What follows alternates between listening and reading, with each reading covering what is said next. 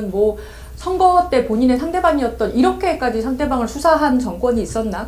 이 본인 되자마자. 근데 당대표한테 지금 단식하는 사람한테 영장까지 청구한 상태인데 그건 이제 그 협치의 문제인 것이고 당 내부 상황은 저는 사실 뭐 정치하는 사람이 아니라서 잘은 모르고요. 근데 영장의 경우에 지금 보통은 반반이라고 보고 있잖아요. 50%라고 보고 있고 저는 제가 뭐 언론에 나오지 않은 증거는 이제 알 수가 없죠. 근데 언론에 나온 그 진술들만 가지고 한다면 사실은 영장은 범죄가 중대해서 유죄가 확실한 경우 또는 그러니까 중형이 실형이 예상되는 경우 또는 도주 우려가 있을 경우 두 경우에 발부하도록 되어 있거든요. 그렇기 때문에 두 개 다 해당되지 않기 때문에 저는 영장 같은 경우에는 안 나오지 않을까 그렇게 생각합니다. 조수진 변호사 같은 분이 영장 전담 판사면 걱정 안 하죠.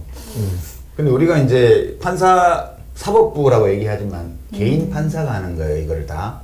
우리 헌법의 판사는 각 개인이 헌법기관으로서 양심에 따라서 하도록 돼 있잖아요. 그렇죠. 그러니까 그냥 말이 사법부지 그날 담당하는 판사 개인에게 지금 한국 정치의 운명을 맡기는 거예요. 그러니까 지금 민주당에 가결한 의원들이 한 일은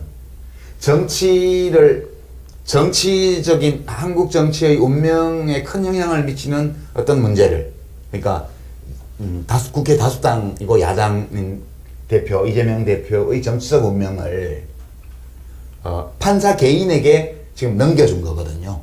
생사 여탈권을. 네. 그러니까 저는 이제 이거는 정치를 포기한 행위라고 봐요, 기본적으로. 이게 이제 민주당 의원들 한 40여 명, 많게 보면 39명, 적게 보면 29명, 뭐 이렇게 지금 추산이 되는데 그 중에 내가 가결표를 찍었다고 한 분들도 있다고 그러니까요. 근데 그 중에 한 분이 김종민 의원이잖아요. 네. 논산, 금산, 계룡에. 네. 근데 김종민 의원이 지금 인터뷰에서 한 발언을 보면 왜 그렇게 했는지를 알 수 있어요.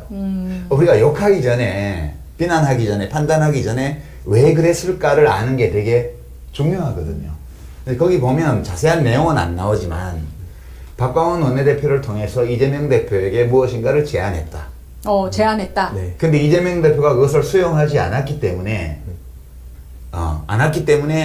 가결표를 찍었다.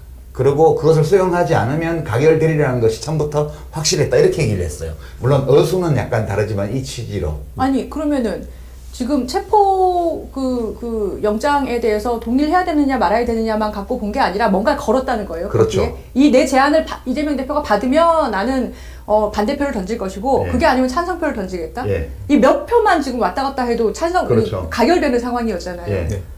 그러니까 이제 이 김정민 의원의 이 발언은 우리가 깊이 음미해 볼 만한 가치가 있는 말인데요. 그것은 이제 이 동기와 과정을 다 보여주거든요. 이 일을 국힘당이나 정의당이 원래부터 뭐 자기들은 가결하겠다고 했기 때문에 한 건 너무 당연한 거고. 네. 민주당 의원들 수십 명이 찬성표를 가를 찍은 것은 이제 두 가지 측면에서 우리가 김정민 의원의 발언이 진실이라면 이러한 전제를 두고 네. 두 가지 쟁점을 볼 수 있어요, 이 안에서. 첫 번째는 지금 말씀하신 게 첫 번째 쟁점이에요. 그러니까 당대표이자 동료 국회의원인 이재명의 신변 문제를 구속 여부를 정부가 제출한 체포동의안의 내용을 가지고 가부를 판단한 것이 아니고 다른 거하고 연계했다는 거예요. 이거는 반칙이죠, 기본적으로. 그쵸. 이건 기본적으로 반칙이에요, 기본적으로. 그래서 이제 이 사람들은 기본적으로 반칙을 한 사람들이다. 그건 이제 확실하고요. 두 번째는 반칙이라 하더라도 그 반칙을 하게 된 동기가 우리가 이해할 만하고 또 받아들일 만한 것이라면 그 이재명 대표가 들어주지 그랬어. 라고 할 수 있겠죠. 네. 근데 이제 그 내용이 무엇인지에 대해서는 발언을 직접 안 했는데 네. 이제 전후 좌우에 들리는 의총에서 발언이나 이런 거를 좀 취재를 해보면 그 내용으로 추측할 수 있는 것이 두 가지예요. 취재를 하셨습니까? 네, 뭐 취재도 좀 해보고. 예. 그 첫 번째는 당대표를 사퇴해라.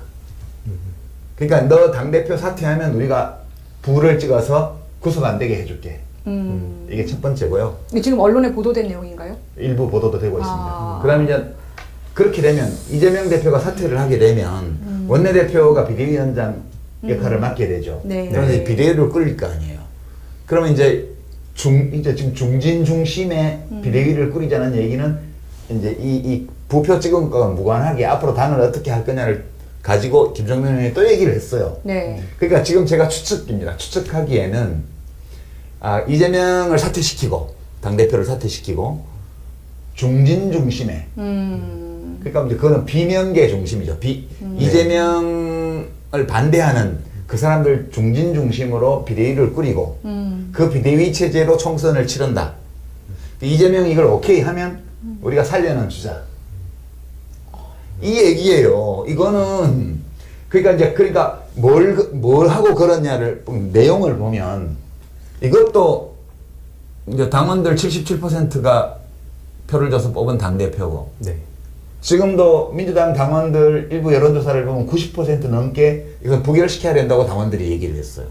그러니까 이제 우리가 민주주의 기본 원리가 국가는 국민주권 원리에 입각해 있고 정당은 당원주권 원리에 입각해 있는데 여론조사를 통해서 또는 당직 선거를 통해서 확인했고 지금도 확인할 수 있는 당원의 뜻과 완전히 반대되는 이제 비대위 안을 내놓고 그걸 안 들어줬다고 이제 당대표를 구속시켜도 돼라고 지금 한 거잖아요. 그러니까 이거는 저는 이거는 이제 그 내용으로 보면 협잡이고 네.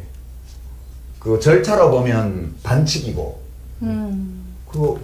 아니 다른 판단을 할 수 있나요? 저는 보면서 저희 짧은 상식과 저희 짧은 정치 경험에 비추어서 판단해 볼 때 협잡과 반칙이라는 말 말고는 다른 어떤 언어로 그들의 행위를 묘사하는 건 불가능하지 않나? 그 생각을 좀 해요. 황 기사님, 근데 지금